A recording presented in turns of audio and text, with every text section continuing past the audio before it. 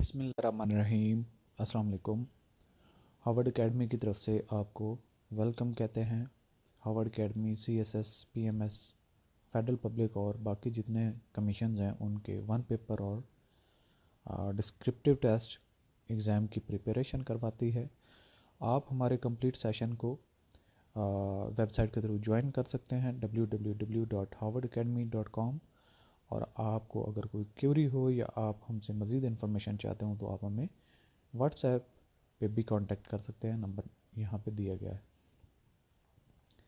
तो आज से हम स्टार्ट करने जा रहे हैं इलेक्शन एक्ट 2017, जो कि टोटली रूल्स या फिर जो कानून जिसको फॉलो किया जाता है इलेक्शन कमीशन ऑफ पाकिस्तान की तरफ से किसके लिए, जैसा कि नाम से ही ज़ाहिर है इलेक्शंस के लिए। तो जितने भी गवर्नमेंट के मेंबर्स होते हैं, रेप होते हैं, भले वो प्रोविंशियल गवर्नमेंट हो, फेडरल गवर्नमेंट हो या फिर सेनेट के इलेक्शन हो, जितने भी इलेक्शन होते हैं जो कि वोट लेके आते हैं मेंबर्स कानून साज इदारों में, और इलेक्शन करवाने का जो तरीक़ाकार है, जो प्रोसीजर है, वो जिस कानून को फॉलो किया जाता है वो इलेक्शन कमीशन का एक्ट जो है 2017 रिसेंटली जो कि पास हुआ था 3-4 साल पहले। तो स्टार्ट करेंगे। आज हम पहला सेशन है हमारा चैप्टर 1 से प्रिलिमिनरी का मतलब होता है इब्ताइया या इंशाइया भी इसको कहते हैं, जिसमें बेसिक बातें होती हैं जो कि आपको याद रखनी होती हैं। उस कानून के मुतालिक कोई भी एक्ट होता है, ऑर्डिनेंस होता है, तो उसमें ये चीज़ शामिल होती है जिसको प्रिलिमिनरी कहते हैं। सेक्शन 1 जो कि डील करता है शॉर्ट टाइटल के साथ एक्सटेंट एंड कमेंसमेंट, कि ये जो कानून है इसको क्या कहा जाएगा और इसकी जो एप्लीकेशन है, लागू जो होने की हदूद हैं वो क्या हैं। Sub section 1, this act may be called the election act 2017। तो इसका टाइटल ही इलेक्शन एक्ट 2017 है और इसकी एप्लीकेशन है ये पूरे पाकिस्तान में यूं ही पास किया गया जिस डेट को, उसके बाद फ़ौरन से लागू हो गया। It extend to the whole of Pakistan. और तीसरे नंबर पे it shall come into force at once, ये फ़ौरन लागू हो जाएगा, इसमें मतलब कोई फ्यूचर की डेट नहीं गिवन। इसके बाद आता है सेक्शन नंबर 2। सेक्शन नंबर 2 की जो वो हैं definitions. In this act unless there is anything repugnant in this subject और कॉन्टेक्स्ट। तो जितनी यहाँ पे डेफिनीशंस दी गई हैं उनका मतलब यही लिया जाएगा उस वक्त तक जब तक किसी डेफिनीशन को रिपग्नेंट कर दिया जाए, ख़त्म कर दिया जाए, या उसके मीनिंग वो वैलिड ना रहें जो यहाँ पे अभी दिए गए। आलिम से मुराद क्या है?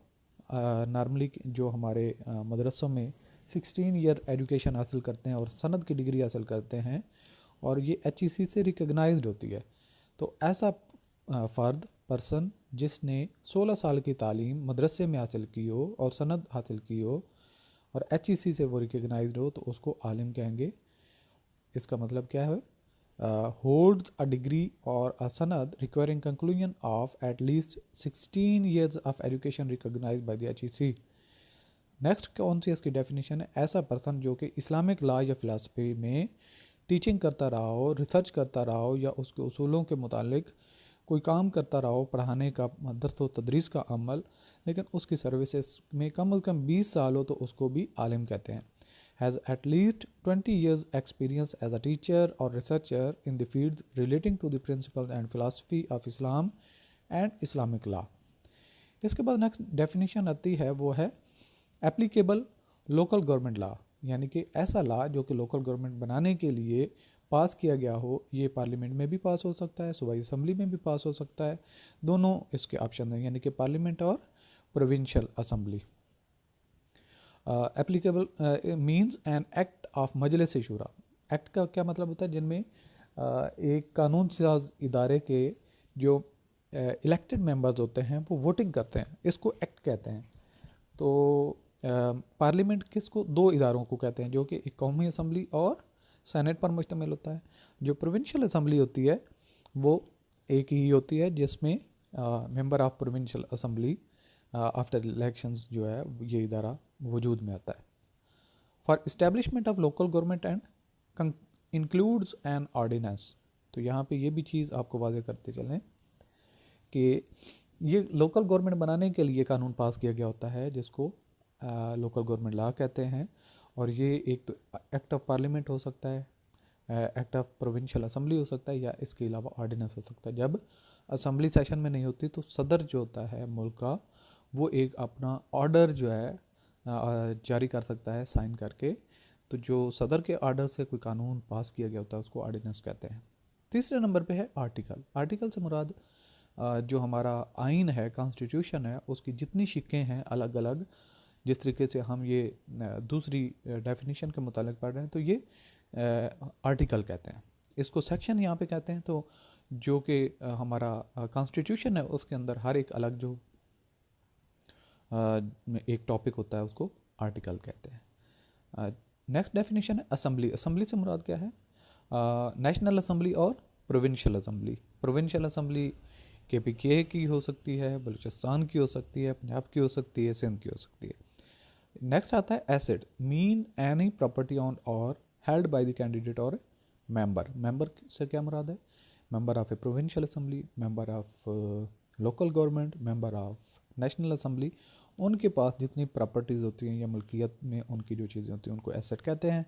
By election means election to fill a casual vacancy. अगर किसी की कोई रिज़ाइन कर देता है, किसी की डेथ हो जाती है या फिर वो पार्टी चेंज करता है तो उसकी जगह जो इलेक्शंस किए जाते हैं तो उसको बाय इलेक्शन कहते हैं। यानी कि वो कैजुअल वैकेंसी जो अराइज होती है उसको फिल अप करने के लिए इलेक्शन होते हैं, बाय इलेक्शन उसको कहते हैं। कैंडिडेट, कैंडिडेट से क्या मतलब? अच्छा, ये जो सारे हैं इसमें से इम्पॉर्टेंट एग्ज़ाम में भी आपसे कोई आ सकती है कि ये इसकी डेफिनेशन या एक स्टेटमेंट दी हो तो उसमें से नीचे लिखा हो कि इसकी कौन सा जो है वो टर्म बनती है, तो आपको पता होना चाहिए कि ये किसकी डेफिनेशन है। तो कैंडिडेट से मुराद ये है कि जो भी इलेक्शन लड़ता है, इलेक्शन के लिए जाता है, वो लोकल गवर्नमेंट का उम्मीदवार हो या फिर प्रोविंशियल का या नेशनल असम्बली का, तो उसको कैंडिडेट कहेंगे। Mean a person proposed and seconded as a candidate for or seeking election as a member. Next definition है कोड की। कोड से मुराद CCP है। CCP का मतलब कोड ऑफ क्रिमिनल प्रोसीजर्स 1898। ये जो क्राइम्स को डील करने के लिए लॉ, पुलिस ज़्यादातर इस पे जो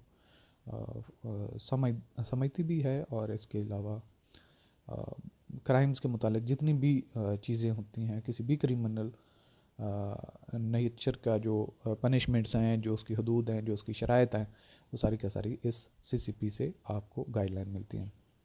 नेक्स्ट जो डेफिनेशन है वो है कमीशन। कमीशन से मुराद यहाँ पे इलेक्शन कमीशन ऑफ पाकिस्तान है। और ये आपने इंतहाई बात याद रखनी है कि कॉन्स्टिट्यूशन में आर्टिकल 218 जो है वो इसके ज़रिए से कमीशन बनता है। यानी कि गवर्नमेंट को आईन पाकिस्तान 218 आर्टिकल में इजाज़त देता है कि वो कमीशन बनाए। इसके बाद कमिश्नर, कमिश्नर से मुराद है कि चीफ़ इलेक्शन कमिश्नर या फिर एक्टिंग चीफ़ इलेक्शन कमिश्नर। लेकिन यहाँ पे आप बात आपने याद रखनी है कि जो चीफ़ इलेक्शन कमिश्नर है वो अपॉइंट किया जाता है आर्टिकल 213 जो आइन का है वो गाइड करता है। और इसके अलावा एक्टिंग अगर चीफ़ इलेक्शन कमिश्नर अपॉइंट करना हो तो उसकी जो हिदायत है सेक्शन या आर्टिकल 217 जो कि कॉन्स्टिट्यूशन ऑफ पाकिस्तान का है वो हिदायत देता है या गाइडलाइन देता है। तो ये आपने तीनों जो आर्टिकल्स हैं ये भी याद रखने हैं। आर्टिकल 218 जो है ये कमीशन के कॉन्स्टिट्यूशन के लिए गवर्नमेंट को एम्पावर करता है। जो चीफ़ इलेक्शन कमिश्नर की अपॉइंटमेंट के लिए आर्टिकल 213, और एक्टिंग इलेक्शन कमिश्नर जो है चीफ़ इलेक्शन कमिश्नर उसको अपॉइंट करने के लिए आइन का आर्टिकल 217 ये गाइड करता है। तो ये चीज़ें आपने याद भी रखनी है। एग्ज़ाम में इस तरह की ही चीज़ें पूछी जाएंगी जो